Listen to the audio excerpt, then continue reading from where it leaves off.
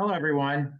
It's a minute till the official start time, but I want to say thank you for joining us today. We'll maybe give it another minute or so until we get started. But I appreciate everybody taking time out of your busy schedules to have this meeting. We're quite proud of what we're working on. Some of you we've met before, some of you are new. Certainly we appreciate the time and attention. I guess I can't help myself. We've got a big crowd, and we're already here, and I'll be respectful of everybody's time. Let me start off by just briefly saying sort of our agenda for the meeting. We've got 30 slides or so. We'd like to power through them as quickly as possible. I promise to do my part to speak quickly. I'm not a New Yorker, but I lived in New York for a long time, and so I think I should be able to do that.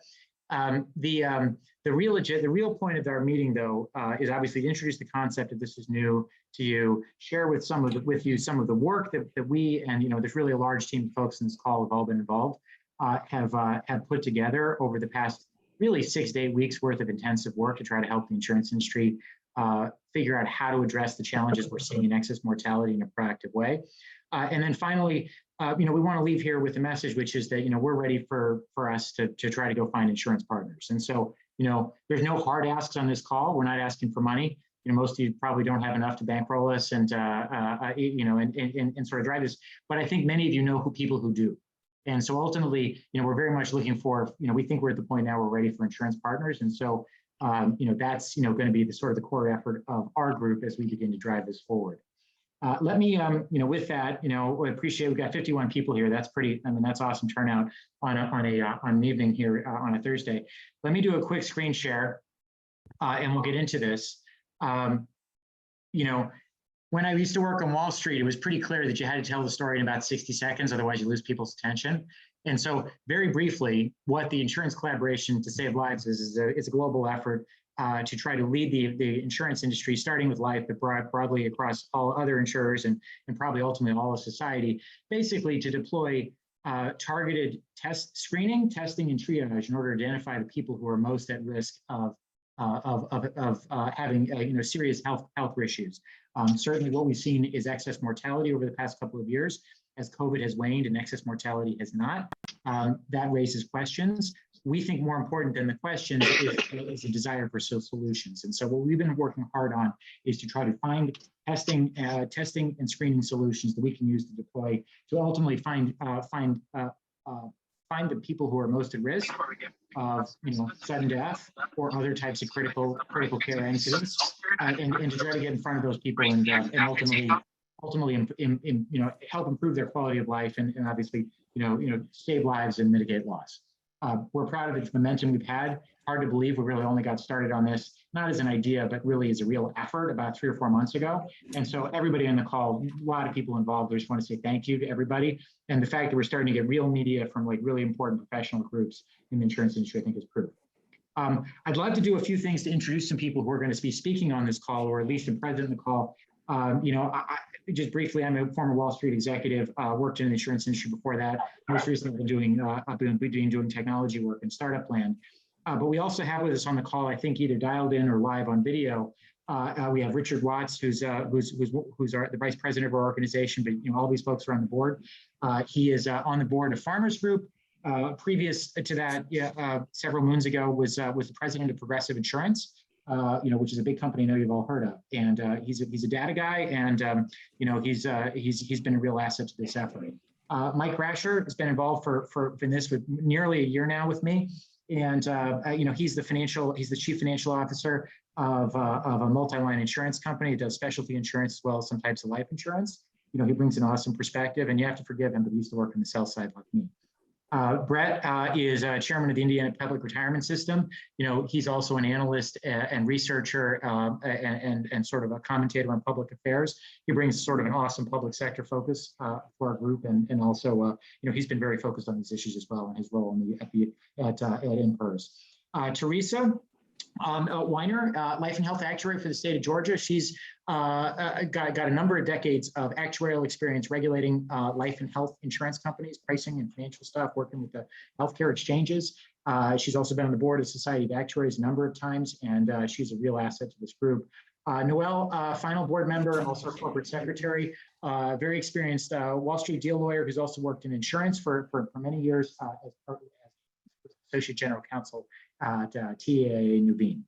And I also want to just call out briefly, because we're going to hear from them later in the call, Steve Cyboran and Sven Lohse, two of the health insurance strategists and consulting actuaries. Steve's an actuary, Sven's a strategist, who've added a lot of value helping to coordinate some of our medical and product efforts. And I believe Dr. Bax and possibly Dr. Lanuski are on the call as well, two of the medical leaders who really distanced themselves in the contributions. And you know, there's other folks on the call here who too we're proud to have.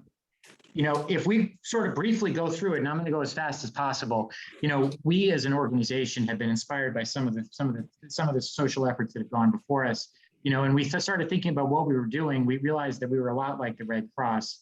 You know, 150 years ago or thereabouts, it was founded by business people, by a businessman who saw the suffering of all the soldiers who were left to die after a really brutal battle, because there was no, you know, in Europe between Italians and French in 1859, because there was no infrastructure to provide for the humanity of this. There was also at the time no Geneva Convention. The Red Cross was founded by Mr. Dunant. As well, and the Geneva Convention also ultimately, as a result of those same efforts, was created.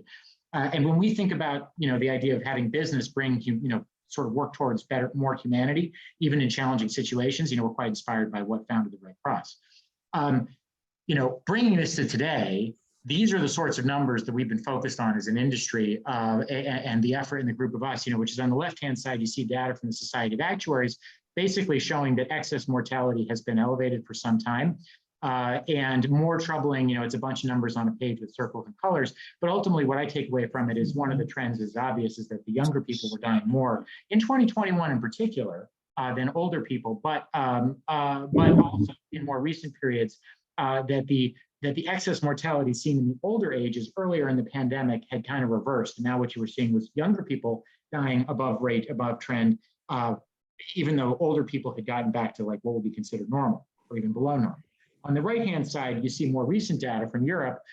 This is as of pretty much the first week or two in January, year end. It's improved since then. But what's meaningful about this is you can see it's the younger ages that have had bigger spikes in the most recent weeks. And this is obviously a very noisy data set. You know, over time, some of this noise washes out, but we're looking for signals. And what this signal says is that besides that mortality continues to be a concern, you know, it's elevated in some of these age groups in some of these countries. It's higher now than it was 2 or 3 years ago, you know, even during the pandemic, but also it's a younger age phenomenon, which is troubling as well.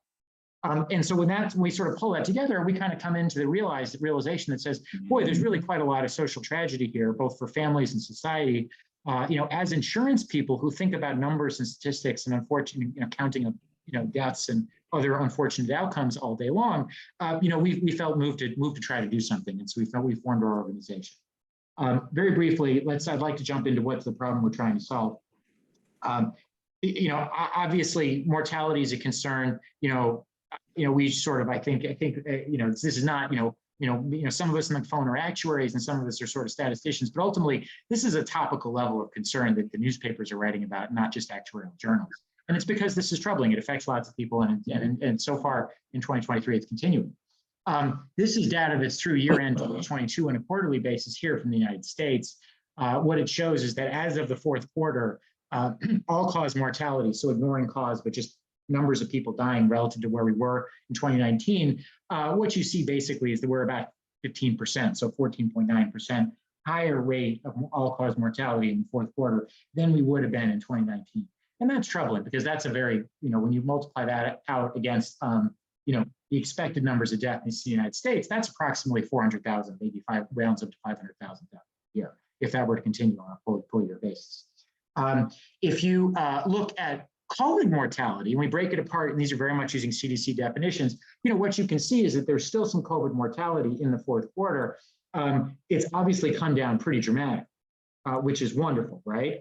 You know, possibly there's some reclassification going on there too, although that's not sort of the focus of this slide right now. So perhaps it's not, you know, perhaps there's multiple interpretations. But if we take it on its face value, you know, COVID is clearly happening, and I think all of us can know just from our daily life that that's certain. But what that means is if you look at the COVID deaths and you take those out and you look at the non-COVID deaths, what you see is a very troubling trend. And again, you get into like noise around attribution if you try to do too much inference from any of the attribution type stuff. But ultimately, what you do see on its face is that there's been a really steady, maybe not steady, but certainly troubling uptick in throughout many of the quarters in 2021 and 2022, as basically deaths went from COVID cause to non-COVID cause. And that's, that's troubling. And that's, as of the fourth quarter, that was 2/3 of the excess deaths. You can see similar statistics showing troubling 21 and 2022 in disability data. This is data that the Bureau of Labor Statistics runs, every month. This is as of January. You can see from the chart. It's been pretty stable since. And basically, what you see is that sometime in 2021 there was a monster increase. I mean, that's like a 4 standard deviation, move, which statistically just doesn't happen, and it has never happened before in the data series that they've tracked. Sort of very, and there's of course lots of possible theories for explaining it, but certainly on its face, people seem like they're. Sorry. We also would point out that when you look at like the causes of not counting deaths or counting injuries, but maybe trying to go one level further below at the causes of health issues. And we've been limited in the sense that we have to work with public data. So that's why you see us using primarily, or European sources like MAAA previously, or the Society of Actuaries, who has great data. Here, we were able to find really, really robust data from Germany to be able to look at the basic types of health claims that are being reported and being addressed actually in the hospitals.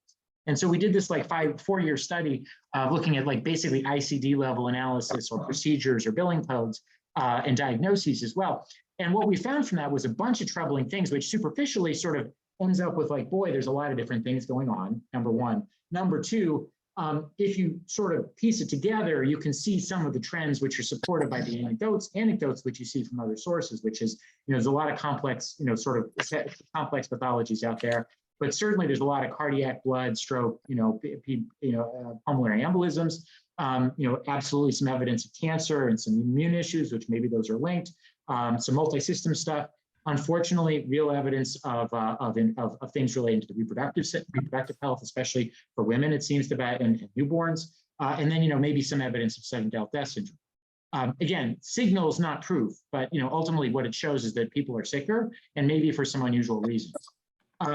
This then leads us to, This then leads us to these questions, which are like, what are they? And to be honest, we can't exactly answer them, but we think that they're really important. And our mission very much is to sort of focus on the problem. And so when we step back and say, well, how do we solve this problem? This is about as political as I'll get here on this call, and that's because we're really sincerely trying to help. I think there's like 2 different groups of people just naturally based on personalities that are struck with a problem like this, which is that some of them want to point fingers, and that's on both sides of the spectrum. And then there's others that are just like, well, let's just change it. Our thought very much, and of course is that ultimately, we have to go back to the patron saint of, both, our republic but also of insurance, of modern insurance in the United States, which is Ben Franklin, which is to say, look, there's a third way here. We've got challenges, but we've got lots of resources, we've got lots of energy, and we can make a difference if we try. And so we're going to try to work the problem.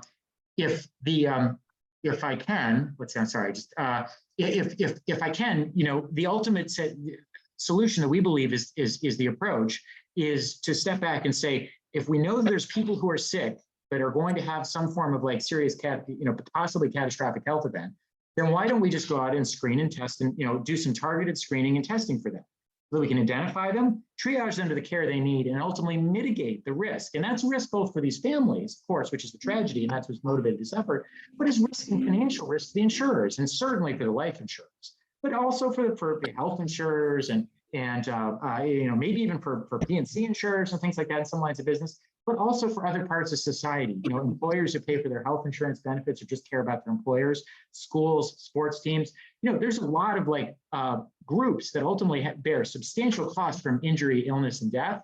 And, the opportunity to simply say, we have a problem, let's go find it and solve it is a pretty, this is a pretty good place to start. And that's the spirit of our effort. What that could look like very briefly is, if this is our current status quo, you got people, life and health policyholders, there's something going on in the environment that leads to certain outcomes. And what we're seeing is mortality and morbidity. And so for those on the call, morbidity basically just being a complicated word for sickness. And so longevity and life quality was worse. Those are big problems. The future state we're going to get to is that we, as the insurance industry, lead here, but the rest of society follows, is we do digital screening and blood testing and other types of targeted efforts, basically to identify the people who are at high risk. Within there can be an intervention, and ultimately the result of this is to reduce mortality, to improve morbidity, or improve the quality of life, and and that'll be a benefit for both society and individuals. Society, insurance, and individuals as well. I think if you ask there's numerous ways to look at this, and we've got some more stuff about numbers in the back, so I don't really want to focus on this slide. But ultimately, we think the ROI, return on investment for doing this for the insurance industry, is quite substantial. These are just sensitivity analysis that suggest that we think, maybe it's a 10 to 100 times possible return. Obviously at the 100 times, that's a little more speculative, but the idea that you couldn't do this but help yourself to make money for it is a real stretch. Like it's just, the amount of money you lose when you die, if you're on it, if not for a term policy, when you're not really expected to die during the years of the term policies in force, is so large that just a little bit of that even a relatively inefficient screening is going to be a pretty much break-even effort. And I think what's also important for the insurance industry, we as an industry spend billions and billions of dollars on advertising, and most of it, is some of it's funny. Most of it's, most of it, none of it, very little of it is usually targeted around the message. Typically, besides saving money, ultimately there's not historically much of a value proposition. But for us to be able to say, at a time when lots and lots of consumers are worried about their health, whether you're on the left or the right, people worry about different things, but people are very concerned about their health these days. The idea of to be active in offering solutions, from a sincere place of care, for their families and their communities, I can't imagine a better public service effort. But this could be core to anybody's billion-dollar advertising. And that's kind of the scale at which the industry plays. We've announced that we look at this effort as a way to save 1 million lives. And I know, actuaries are really good at numbers, and I don't mean to be disrespectful to actuaries by that. So, because I'm a finance guy, and finance guys are good at numbers too, and they're cynical just like actuaries. And so you'd say, well, how are you really going to do that? And it's like, well, last year 60 million people or 66 million people died, probably 6 million more than they're supposed to. And so at a minimum, you're talking about a big excess moment you could reduce. And so in that context, especially over a couple of years, it's not much of a stretch at all. But the important thing to realize is that what we're doing is pioneering a set of tools that all of society can adopt. And so it's not just going to be insurers who are saving lives using this approach. I think ultimately CVS and Walgreens are going to offer this, and like everybody in America is going to go relatively regularly. Set aside big institutional efforts by other players. And so, what we're really doing is sort of lighting a match to to get this effort started. And you'd say, well, okay, so you're a startup guy and used to work on Wall Street and probably like money and all that. And I think everybody, we're all capitalists in this call. We think business is the solution as opposed to cause this problem. However, you'd say, so why are we trying to give this idea away? And the answer is we think this problem is bigger than one team can handle. When we think it's too important for society to think about it as a for-profit effort. And so what we did was we formed a nonprofit. And we're looking at this very much as an open source effort to sort of come up with the idea, share the research, and not just have like one team build it. And of course, we're going to build a solution for the insurance industry, but if CVS and Walgreens and Aetna, come in, or United Health Group wants to come in and just steal this idea, or gosh, Amazon wants to come in and steal this idea and just do it for everybody in America, God bless, that would be a wonderful thing. And we'd love to have their help, and we'll share one of our notes and, hope that they can help us, as we advance the research on this. With this, let me just triage just a little bit. I'm going to talk a little bit more details about what we're actually doing, because there's, that was the vision. What you're now seeing is that we've had 8 weeks worth of work of a number of people. I lose track of how many people are involved in this effort, but conservatively, it's at least 30 or 40 people who've really been pulling a lot, who've been really working hard on it. We have a steering group that includes probably 60 to 70, insurance executives and others. And the reason we have that is because we thought very clearly that in order to do this, we needed to move quickly with more resources than we had.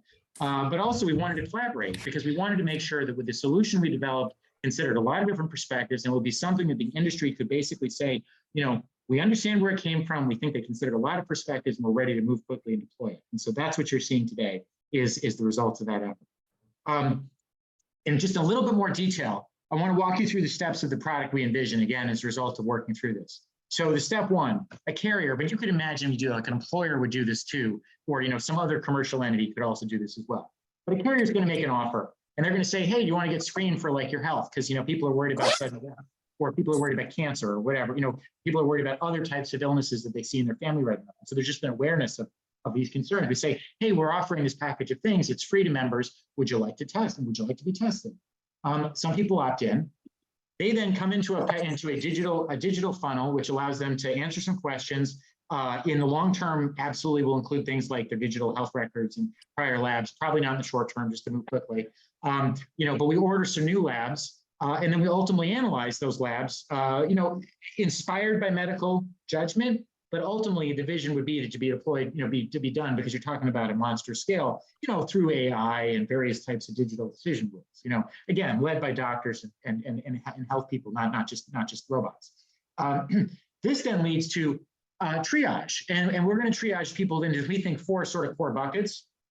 The first, and this was what inspired a lot of this work, the serious subclinical heart and blood issues. And, and this is kind of, for those of you, the people who are concerned about the died suddenlies, blood clotting, things like that. The idea is that there's a lot of this might be out there right now. We're not sure. People don't know. But at a minimum, we can do is identify those people and try to get them to proactive care. That's really important. Second, there's a lot of people that are probably still having some suffering related to long COVID or other types of sort of spike-related problems.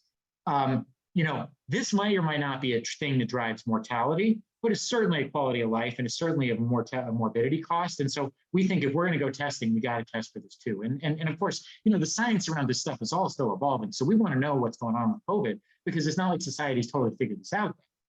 So we absolutely want to collect because we care and we want to help.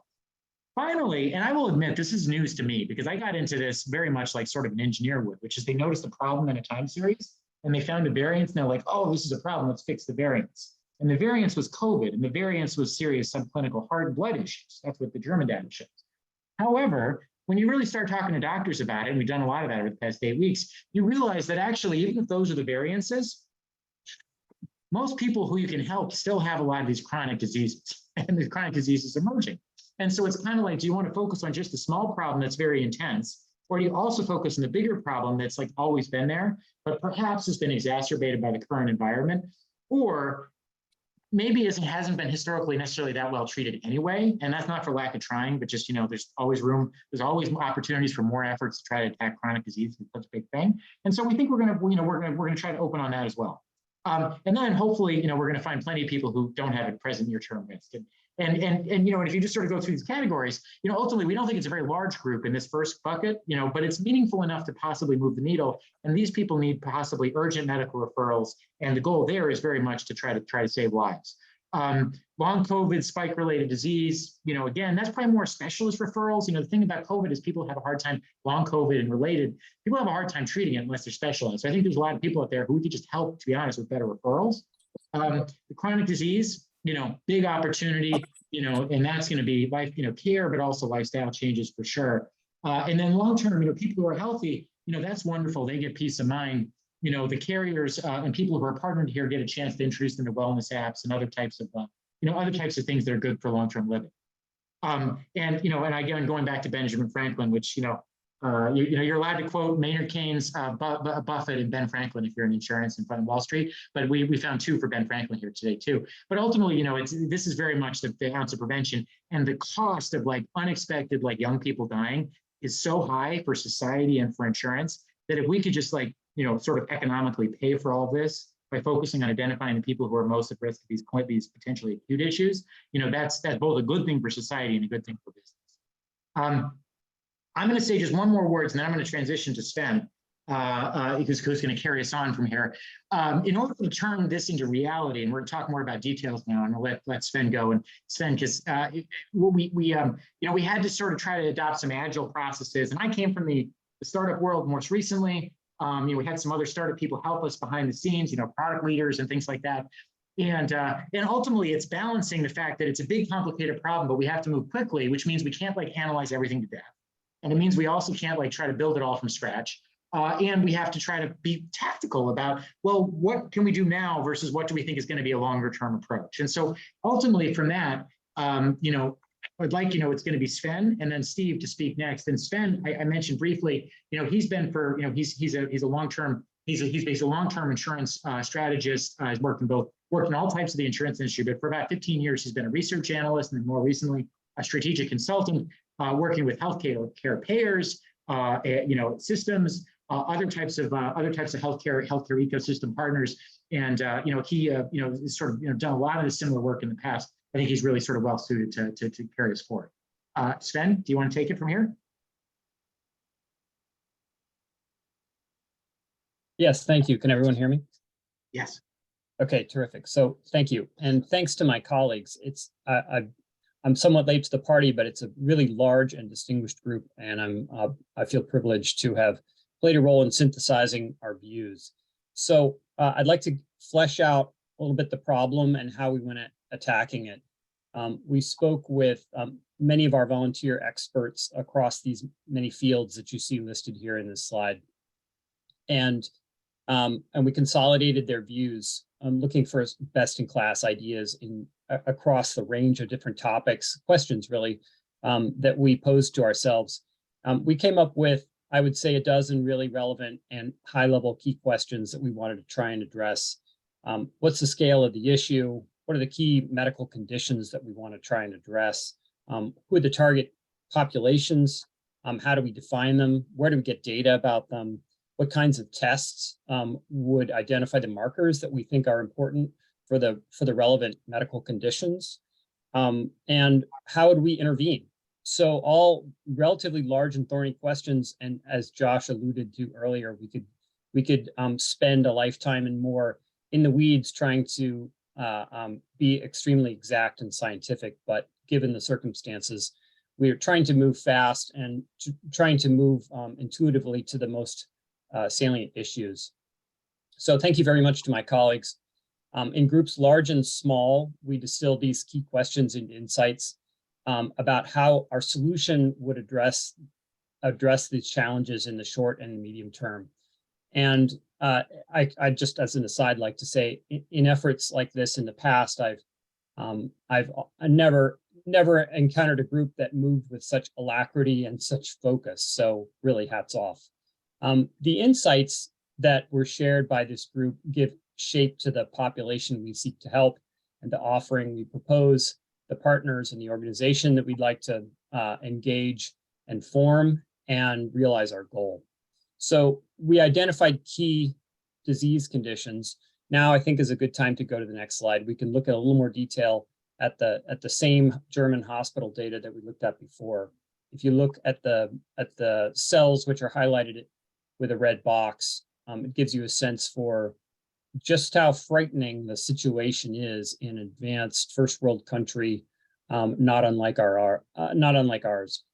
We suspect that the data is similar in other countries such as ours, but we haven't been able to identify yet the right sources to illuminate the issues. So we're working with this German data. My hat goes off again to Patrick Dooley and his focus group that analyzed this massive data set, tens of millions of German claims boiled down by any number of different dimensions.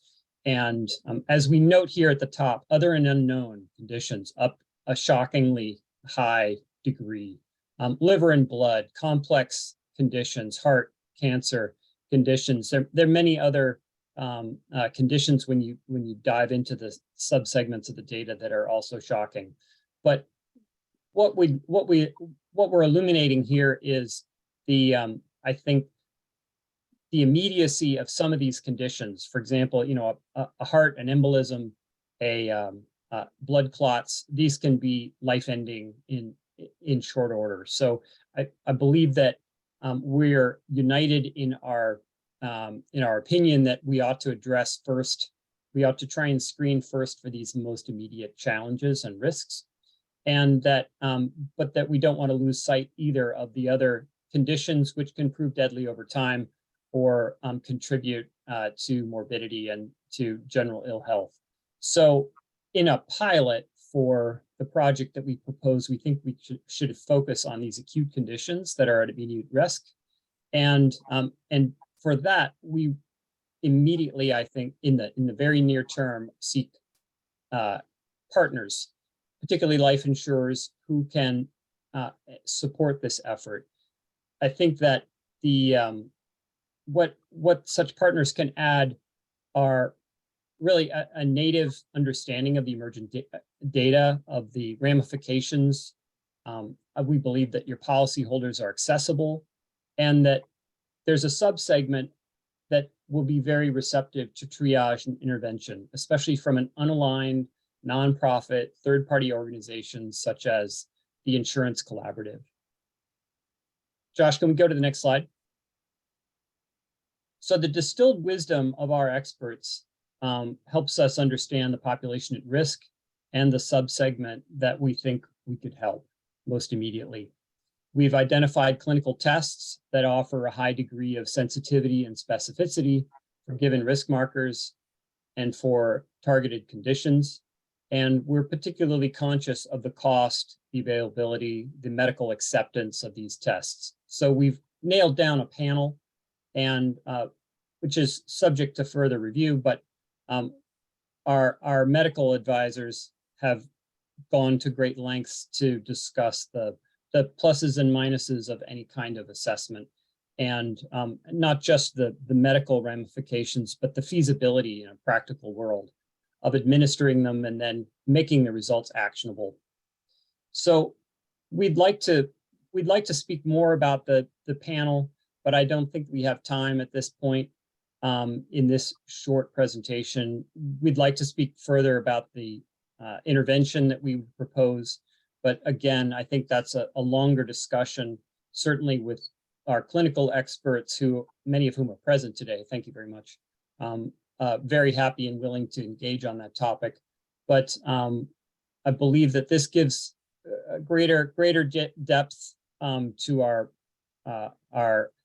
proposal, gives you a sense of the scale of our work in assembling these concepts and this organization. And we look forward very much to engaging with you about next steps. And I'd like now to hand over the baton to my colleague, Steve Cyboran. He's a consulting actuary specialized in healthcare, and he can share further insights in how what we believe to be small investments could yield significant returns. Thanks, Sven. So we're developing the testing to achieve outcomes and economic sense, and have it make economic sense. For the pilot, we're targeting a cost of under $200 per test. And if you've got a book of business with a face value of $200,000 and $200 per cost, an insurer can expect a break even at 1 life saved per 1,000 tests. However, our objective is to save 10 lives per 1,000 tests, which would yield more of a 10-to-1 return on investment. Can we go to the next slide? So once we get through the pilot and refine the testing based on what we learn from the pilot and get to scale, we expect to get the cost to closer to $100 per test, and this would cut the break-even point to 1 in 2,000, and the potential ROI to closer to 20 to 1 ROI. And so we're looking for getting scale after we've done some testing. Can we go to the next slide?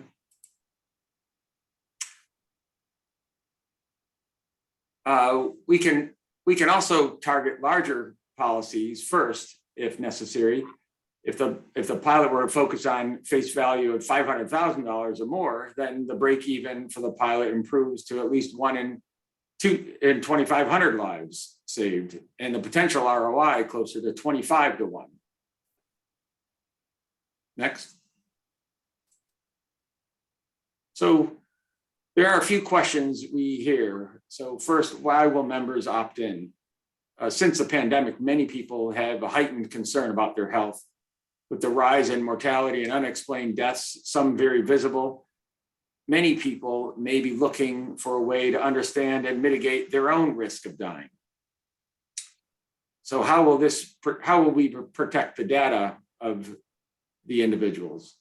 We will assure all participants that their personal data, both health and personal data, will not be used for marketing, underwriting, pricing, or claims. Will the impact be meaningful? Well, we believe a targeted screening for unseen threats should provide significant impact, but that is exactly what we would like to test with the pilot. Based on my experience working with many large organizations on wellness initiatives and reviewing and conducting research, including research for the Society of Actuaries, not every initiative is effective. However, you can have great impact if you have the right strategy, the right behavioral design, effective interventions, and the right support. We are striving to address each of these aspects in the design of the way we're working on this. Finally, do you need this? Well, if you're interested in saving lives and mitigating the potential loss and risk of ongoing excess mortality, this should be a solution to at least consider. I think that does it for me. I'll turn it back to you, Josh. Thank you, Steve. Yeah, I think on that last point, not to belabor it, but no one knows where mortality is going, and if it continues to stay elevated, or gosh forbid gets worse, then you really want to have some tools in the toolkit to address it. If things get better, well, it's easy to imagine that we get back to normal, and maybe that'd be an okay outcome for business for sure. But as you get into this, you realize that there's still a lot of people are poorly served by the medical system, and we could probably do a lot of good for our shareholders in the insurance industry, and a lot of good for these families if we actually help them, get the care they need. So, so I think even if, as we hope, the pandemic kind of is over, the idea that this could be super helpful for society and for insurers, I think is really going to be true no matter what the overall, mortality milieu is going to be. On this point, I just want to briefly talk about partners. So, we're very much in the spirit of a startup and a modern startup, and in all truth, not an engineer-led startup, but a business person's-led startup, which is we're all trying to say we're trying to get to a goal as opposed to build things. And so we would like to plug together a bunch of different people who have capabilities already in these spaces.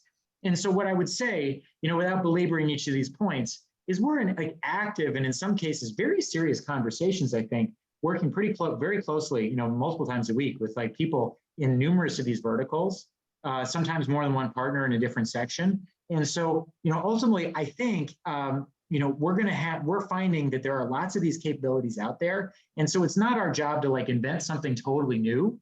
It's mostly just our job to take the pieces and assemble them in a way that is consumer friendly, that insurers can fund, that will actually have everybody talk to each other the same language to achieve a goal. And so, and I think, as we've gotten into this, we've found from a lot of these partners really excitement to talk to us, because a lot of cases, there are people who are in silos, who have solutions or have approaches and have things that are on the shelf, but maybe they haven't had the attention because, or they don't have an easy go to market or a source of revenues or customers. And ultimately, what we really are is a source of revenues and customers for a lot of these healthcare partners. And so, I'm sure this is going to evolve as we get money and we iterate and we work and get in the details. But ultimately, there's no question that we're going to get a lot of momentum because people are building these pieces, and we have a lot of these pieces that we can already assemble to try to deliver. If I continue on this, what's next for us? Look, we need to get going. We need to find some insurance partners. We've actually had some early conversations. But what the real opportunity here is for people to come into this early and be able to help us build the pilot. I think we're going to do the heavy lifting, but we're welcoming their participation. Clearly, we support that. We appreciate their funding, and we also appreciate we're a tool. We don't have any nails. The nails are the consumers. We need to work with them to help their consumers. And so ultimately, this is to solve a problem that the insurers have and that the insurers consumers have. So working through the partners is key. ultimately, this is something we can do pretty quickly, once we get momentum. And this is, this teach-in, executive briefing, product reveal, whatever we want to call it, this marks sort of a turning point for us as an effort where we've been kind of working behind the scenes and sort of, revealing little glimpses of what we're doing through social media and like the media. But now we're going to just focus on trying to get CEOs, to come to the table and say, we believe in what you're doing. We want to fund it. We want to be part of that first 5 or 10 companies that are working to insurance. And I think that's ultimately what the opportunity. How can you help? You have to, if it's a sales meeting, you have to have an ask. We'd like you to do 3 things for us. One, we'd like to be introduced to your senior leadership. There's some names I recognize on the call that are in that level, and we thank you for joining us. We'd like to talk to you. For those of you who aren't at quite that level, we want to be working with you to get through your organizations to the decision makers. If that's not you, can you please put us in touch with them and work with us to figure out what we need to try to be, to work with them. Second, we respect everybody and we're open to ideas, and so we'd love suggestions and improvements. Don't be offended if we say ultimately we can't do that right now because it's a resources thing or it's not quite in scope yet. But the best ideas we get are from the people who pick up the phone and or send us a message or email us or whatever. The only thing is if you email me, I'll set up a meeting with you. So be careful. Be careful. This is how everyone got roped in. They were all people who volunteered things, and that turns out they get. And then finally, look, we'd love you to help. I mean, this is a volunteer-driven organization. I promise you, I can't promise you any glory or money, but you can make a difference, and that's kind of where we are. But we're driven by people who are trying to do that. And if you feel on this call this is something that you want to be involved with, we'd love to have you be involved. We meet usually 2 or 3 times a week, different groups of the organization, but typically it's at 5 p.m. Eastern on Tuesday and Wednesdays is the most common dates, and we'd love to welcome you. So just send me a message or somehow or other reach out after the call. Finally, I want to, we've got some time. We want to do questions, but I'd like to end with just sort of an analog. I've been like watching. When I was an analyst, I always feel like people didn't care about your research as much as they cared about your metaphors, because they don't remember the research, but they remember the metaphor. And so I've been thinking about what's the metaphor for some time, and finally we realized that it was actually it was sort of one of the better stories of like disaster and recovery that you can really think of. And it seems relevant because it's about science, and it's about the government, and it's about a lot of pressure and fear and challenge. And ultimately, it's Apollo 13 in the space program. And of course, that's where we get, that's where we get our line, the failure is not an option from. But ultimately, this is very much the journey that, if it's not taught in business schools, it should be. So it's probably taught in engineering schools because it's a bunch of engineers. But ultimately, you've got some terrible crisis that emerges. There is a problem. The difference of success and failure is basically how quickly you go through these steps. Do you recognize the problem quickly? Do you reprioritize for the problem quickly? Do you rethink your prior assumptions to look at the problem from a new set of angles quickly? Do you challenge your organizations to do the right thing quickly? And do you inspire leadership? And if you can do that all quickly, in the case of the space program, within a matter of, I think it was like 45 minutes or something or less, then you save the day, you become heroes. If it took them like another 5, if it took them 2 days, or God forbid if they did it, and I don't mean to be disrespectful, but more like typical corporate America style, 2 years, to make big decisions about like major things, gosh, ultimately you would say, there would have been a completely different story. And so, I think it's a powerful metaphor for how you make decisions in terms of crisis. The question we would leave you with is sort of which step is the global insurance industry on? And obviously we're rooting for like mortality to decline and people's health to get better from natural causes, and the body and the immune system and beautiful intelligent design. I mean, there is a lot, probably will be okay. But if gosh forbid we're not okay, we need to be moving and taking decisions right now as a matter of prudent risk management for loss mitigation for the industry and to have a positive impact society and to really step up to the powerful roles and responsibilities we've all been blessed with.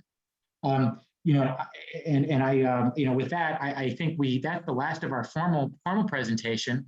We have some real experts on the call. There's a lot of intelligent people either that's worked with us or I can see have dialed in. So I'm just going to take the screen share off for a minute, and then we can just, we'd love to just have an open conversation. And, I guess, since it's a relatively large group, I will, I will suggest maybe you should raise your hand or something to be polite, but we'll call on everybody, and I'll personally stay as long as there are questions for sure. So thank you all for the time, and I guess is there anybody who'd like to go with a question or comment or observation? And welcome. If there's anybody from our board or our organization wants to speak to say something I missed, we'll welcome that as well.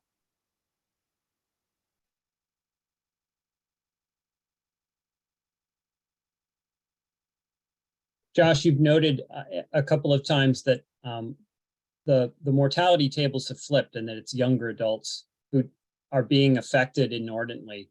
And do you have a sense for the symptoms that they may be showing, for the awareness that they may have, for the fear? What's happening on ground level with the consumer group or the target population that we're perhaps most concerned about right now for immediate triage and intervention? There's a couple of ways to answer that. I think the group at most at risk seems like the people who have some form of silent myocarditis or other types of like heart and blood related things where they wouldn't necessarily have any obvious symptoms that would lead them to get medical care. And so, I mean, it's not 100% related, but I mean, I just was sent a press release that came out yesterday, the NFL, the NHL, the National, I think, Baseball League, and a couple other sports organizations, as well as the American Heart Society and a couple, and like maybe it was American Red Cross, have come together to do like an initiative focused on giving defibrillators to high school football teams or high school like sports teams, to try to prevent like cardiac sudden death for kids. And, and that's something that was very much present to mind when we were doing the formative work here. Now, you raise the question of what do these people feel? I think a lot of those people don't feel anything. So, and so they may not be the easiest to address, but, I mean, we just sent an email to, the people at the NFL who are pushing this, saying like, hey, we see what you're doing. This is awesome. Like, give us a call. We'd love to help and be part of it and work with you. Maybe they're through sports organizations and other types of manly things, we can make more of a difference, but I don't think it's a gendered problem per se. That's just one specific sort of persona. Yeah. I mean, there's lots of people that are suffering in other ways that are definitely not a gendered thing. Clearly there's signals of things that are like terrible on the fertility side, or on reproductive health, which seems to be more of a woman thing, but so I just think there's going to be different pathways to different types of problems, which maybe then lead to different types of marketing. But Brian, you raised a hand. Thank you for using your hand signal. Of course.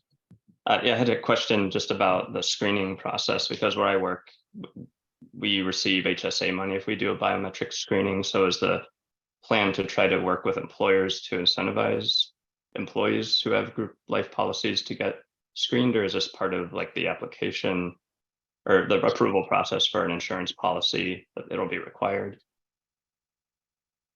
Brian, that's an excellent question. We tried to address one of those with our frequently asked questions page, but let me just hit it hard to make sure it's clear. We're not anticipating this as a screening device for whether you're insurable or not. The idea, or like how much that you're going to pay on your policy, or are they going to pay your claim or anything like that. This is purely a voluntary wellness initiative to help, for insurers who have a financial incentive in your health for obvious reasons, to try to help you get, identify if you are risks to your health and help you get better. In that same spirit, we would anticipate the insurers would pay for it for free. So it's a totally out of pocket, there's no out of pocket cost. And that I think likely would include for people that go through the screening, if they want to do a follow-up, either televisit or something with some sort of like healthcare partner to help them address whatever's been identified as like a first visit, which could be like behavioral modification stuff if it's just about diet and exercise, or it could be like much more serious if it's like identified in a serious way, that the insurer might be willing to pay for that. So it's totally out of pocket to get them at least down into the funnel of the healthcare system in a way to get started. I think you raised employers. We think whatever we develop here is going to be deployed by deployers, and possibly some of them will move in more quickly. I mean, we have, one of the partners we're talking to now is both an execution partner, but possibly also a distribution partner into the employer universe. And a lot of these people, they pay directly for the insurance cost, for the insurance pretty much dollar for dollar coming out of the employer's budget. And so in a lot of cases, they're motivated both because they care about their employees, but also because the costs are very real to them. And and it's not typically as far removed as like a death would be, when typically life insurers, they care about their policyholders a lot, but typically they deaths come like decades later, and so there's sort of a tight, it's not historically been super involved in health for that reason. Mary, I think you were next. Mary Pat, I think you were next. Yeah, no, I mean, I'm a life actuary and I've got the Society of Actuaries background currently. So yeah, I don't want to take up a lot of time. There is a sex, I'll get to sex gap in mortality, obviously. And there was before the pandemic, but during the pandemic, it was exacerbated. I'll say that I noticed in excess mortality, in non-COVID excess mortality, and that is a challenge in getting people who don't necessarily feel too bad to take action, just even to get screened. But I noticed there were some questions with regards to, okay, you're already insured perhaps by a life insurer.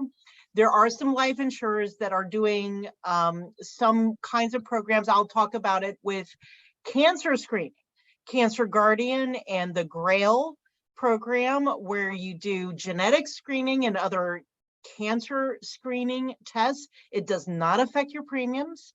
The concept is life insurers want you to get screened and to do preventive medicine. They want you to die as far in the future as possible and take action now. And if you can take action now, and obviously, yes, there's cost benefit, but these screening tests are not very expensive. So, this is just something that this is not a question, I'm just putting some input in there. Thank you, Mary Can I Pat. just say one thing to Brian's point about the incentives? I would say if we get a pilot, we would be addressing a lot of different aspects to customize it to make it the most successful possible. There are different ways to incent people without physically, without having to give them dollars incentives to get them to participate. And we would be looking at different mechanisms to make it the easiest, most streamlined way that would incent people to want to participate without having to necessarily put an incentive. But if an employer found it important and they wanted to provide an incentive, and they were the pilot, I would say we would certainly work with them and figure out what is the most effective way to do that. Yeah, Josh was talking about, heart disease, and I think that's where some of this excess, like the spike proteins and COVID related mortality was coming from. When I was talking about the cancer mortality, that actually doesn't seem to have been affected by the pandemic at all. And this is just from analysis I've done independently from this group in general. But there are other chronic conditions that may have just slipped under the radar that have nothing to do with COVID that aren't getting treated during this period. And I noticed increases in liver disease and kidney disease deaths, maybe also morbidity, that are not necessarily related to COVID. So, there are other things that might be swept up in some of these screenings. So it's just kind of interesting that what may happen with this program. Mary Pat, I'm going to ask Warner, because I think he was next in a second, Warner Mendenhall. But I just want to say you're 100% right. It's not just COVID. It's not just spike protein, and it's that's why we've designed this in such a way we're not purely just looking for like, oh, who's got COVID still or something like that, which would be a valid thing to look for. But if you're going to go looking, let's look for like all of the stuff, because it's one blood draw. So let's just pay for a few more tests and then try to put people to the right direction. Warner, I think you were next. Yeah, I'm an attorney and I'm active in COVID litigation in general. And I just want, and I do have to pop off. I'd love to sit through this and hear all the commentary, because this is really fascinating. It's interesting to me that we're in the same place that you guys are as attorneys. I mean, we are literally trying to set up industrial processes for screening because we have so many injured in the population right now. And, I've got a list, I think it's up to between a couple of groups, 380,000 people who are seeking remedy for, consequences of the vaccine. So it's a serious problem that we're trying to address. I'm fresh off a conference of 200 attorneys down in Atlanta, kind of looking at the various issues around this. So I guess I want you guys to be alert to that. I wish I could stay longer. Josh, the work you're doing is just phenomenal. And it's just interesting to me that we're concerned with the same problems. We need screening, we need intake, we need to deal with this, at a mass level, because it's just become almost overwhelming. One question I have is whether there was a spike in claims for disability benefits. And Mary Pat, I heard you talking about that. So I wondered what was going on with the disability insurers as well. Thank you. And I'm sorry I have to pop off, everybody, but it's so great to listen to this for just a little bit. Thanks. Yeah, thanks for joining us, Warner. And that's really interesting color. On the disability side, I mean, it seems like it's been a similar phenomenon. I mean, that was one of the charts we showed earlier. But yeah, I don't know. I guess he's already gone, but coming at it from different set of, we're trying to do something different. But ultimately it's the challenges that people face with post-COVID, dealing with all those different consequences. And, we're trying to be apolitical about it, which is just like, what do people need? Let's give them the help they need, whatever that is. But I'm glad that there's other people working all these different angles too, because it's a big social problem. Yeah, I think that the challenge is this is a problem that falls between the major existing areas of expertise. Insurance, healthcare, law are just three, and there doesn't seem to be an entity that can span those different groups and address directly the needs of this massive yet unidentified / unaware population. One thing that I'll say about the disability is I've looked at health data, life data, and disability data, and they all seem to follow a very similar pattern, with a spike in August of 2021, and then at a new elevated level since then. So it does definitely something seem to happen in that August 2021 timeframe that put us on a new path. Thanks, Steve. Rich, we go back to our list just to make sure we get everybody asked a question. Richard from Switzerland, I think, right? Yes, Australian born, but in Switzerland. So the heart of the pharma and diagnostic beast. We've got everybody here. So I come from a slightly different angle. I'm the app guy. So I do medical device software. I've got my own product. I also consult to medtech companies, and I've run medtech companies. My question is probably more for Sven. You said you've got a panel of tests, which is interesting. But just my experience, running in my mind, I don't know the operational aspect, and I'll try to keep the questions short because it's probably not the forum here. But really, you've got flows here. You've got to get people's attention, clicks, or people into your funnel, whatever that is, through the employees, online, whatever. You need to deliver diagnostics, book appointments, get to do the test, and you've got to get data coming the other way. So it's a relatively complex logistical challenge, which involves physical products, IT systems, etc. And obviously there's legal, regulatory stuff in there as well. So when you say a pilot and 90 days, how advanced are you in sort of your business model, your operational model for that? And then, in terms of going through all the due diligence, you need, your insurers. So I guess you got that covered, I would assume, but there's a lot of regulatory compliance there potentially as well. You guys, I'm sure you know it well for the US better than I do probably. So just a question in terms of, what is your pilot look like? I think it was in 60 or 90 days when you launch, basically, is the question. So yes, that's my question. Thank you.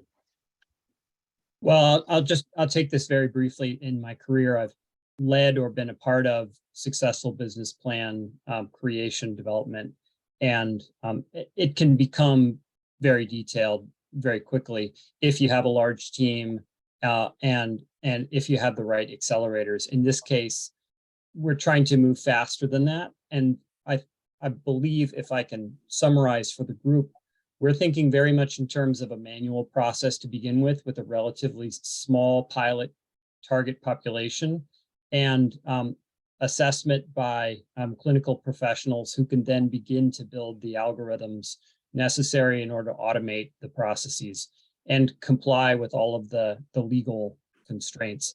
We've also spoken in detail with people who have already got that kind of automated infrastructure, software, analytics, algorithms, and so forth, and who are also very concerned with these problems. We're not looking to recreate the wheel. We'd very much like to ally ourselves with those who have specific expertise in these kinds of activities so that we can move fast. But we're thinking in terms of an initial pilot being relatively small and manual, and that progressively we can automate it over time. And I'm not a clinician, so I can't speak to the pathways, but we have very experienced, thoughtful clinicians on our team who have given considerable input, which I wouldn't hope to recapitulate for fear of being inaccurate. But I think it's certainly worth more in-depth conversation if you have interest in the future, since it sounds like you're fully cognizant of not only the opportunities, but the pitfalls.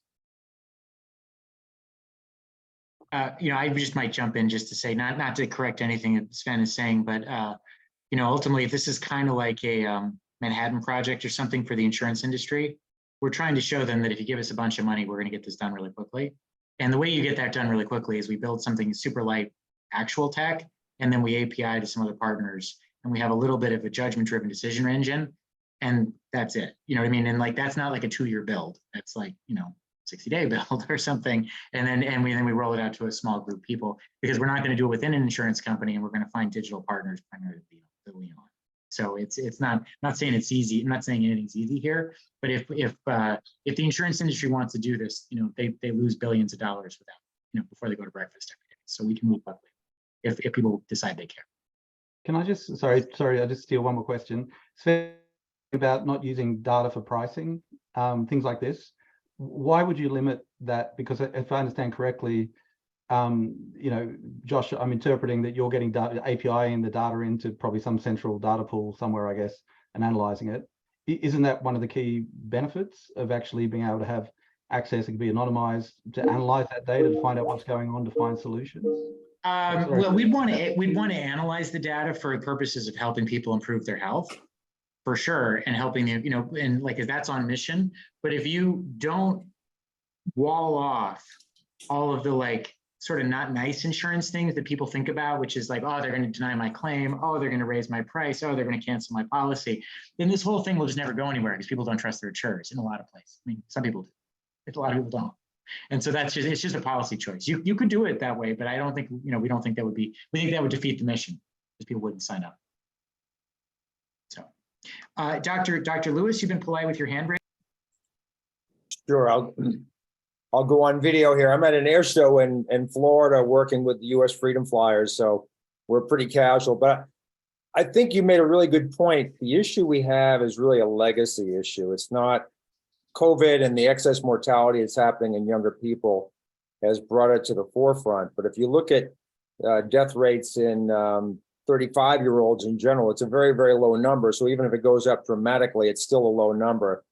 But the problem is we've had huge excess mortality in America for a long time. So if you look at the Organization for Economic Cooperation and Development, that studies a lot of attributes of the 36 most developed nations, very clear, looking at the data since 2010 to present, US citizens spend 2.5 times more for healthcare than the average of the OECD nations. And we live at least 2.5 years less. So we're talking about the entire US population. So imagine if we can just harmonize America to the average of the OECD and see 2.5 to 3 years extra life expectancy, what would that do for bottom line for life insurance companies? So I know you've already made that point, Josh, but the whole thing is COVID makes us aware. It's like a kick in the pants, but this has been matriculating like a cancer in our population and even beyond America. for a long, long time.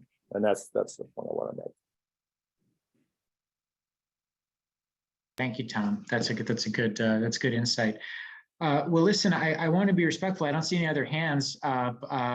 If there's anybody that wants to have the last question or last word, I won't kick you off. But if not, I would say thank you all very much for your time. We'd love to hear from each of you individually. If you'd like to be involved and like join weekly meetings, just please send an email or a LinkedIn message or somehow track us down to like let us know.